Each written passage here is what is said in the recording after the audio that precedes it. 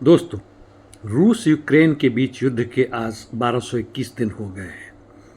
Iran और Israel के बीच में शांति है, जबकि गाज़ा पट्टी में लड़ाई जारी है जो 630 दिन हो चुके हैं। रूस यूक्रेन युद्ध के बारे में बात करते हैं।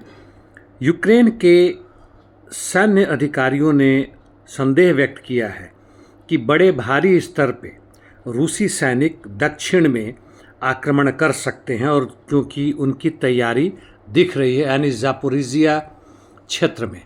वैसे जापोरिजिया और पोक्रोवस सटे हुए क्षेत्रों में रूसी सैनिक लगातार कॉन्स्टेंटिनोवका की तरफ बढ़ रहे हैं।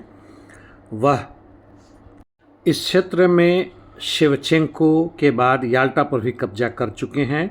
शेवचेंको में लिथियम का खजाना है जिस पे अब रूस का कब्जा हो गया है।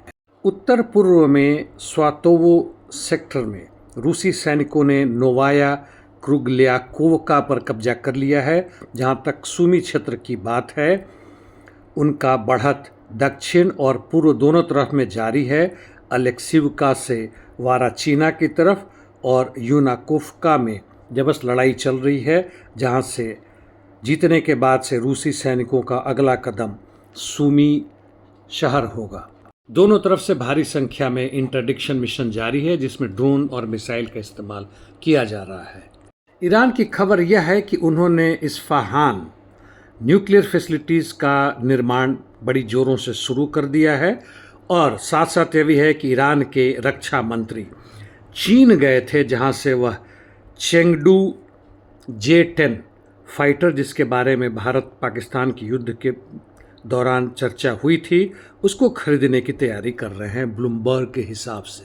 ईरान के बारे में एक खबर मैं यह बता दूं कि स्टेम की पढ़ाई यानी साइंस, टेक्नोलॉजी, इंजीनियरिंग और मैथमेटिक्स यानी प्योर साइंस और अलाइड साइंस दोनों में, और खासकर छात्र के स्तर पे विश्वविद्यालय के स्तर तक लड़कियों की भागीदारी 70% है, यानी ग्रेजुएट तक, और यह 2006 में सिर्फ 50% था। हालांकि उसके बाद रिसर्च या इनोवेशन इन्वेस्टिगेशन में ले लें तो 2024 के आंकड़े के हिसाब से उनकी संख्या में गिरावट आ जाती है, वह केवल 13% ही रह जाते हैं, जबकि वैश्विक स्तर पर उनकी भागीदारी मात्र 17% है। यानी ईरान में महिलाओं की भागीदारी वैज्ञानिक खोज, शिक्षा आदि में विश्व के अन्य देशों से अधिक है, इसके बावजूद कि वहाँ महिलाओं को पूर्ण बराबरी नहीं दी जाती है। साथ साथ ये भी जान लें कि अमेरिका में 68% डे टू डे जीवित रह रहे हैं, यानी जिस दिन कमाते हैं उस दिन खा रहे हैं, यानी 1000 में से 680 के आसपास वह गरीबी रेखा के इर्द गिर्द मंडरा रहे हैं। आप अंदाज़ा लगा सकते हैं कि इन बढ़े हुए विकसित देशों के जनता का, मेहनत का आवाम का क्या स्थिति है।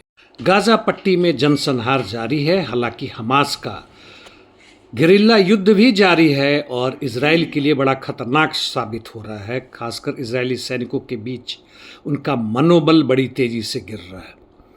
आज इतना ही मैं बंद करता हूं दोस्तों, कल फिर मिलेंगे। जैसा आपको पता है, मुझे आपके टिप्पणियों का इंतज़ार रहता है। धन्यवाद।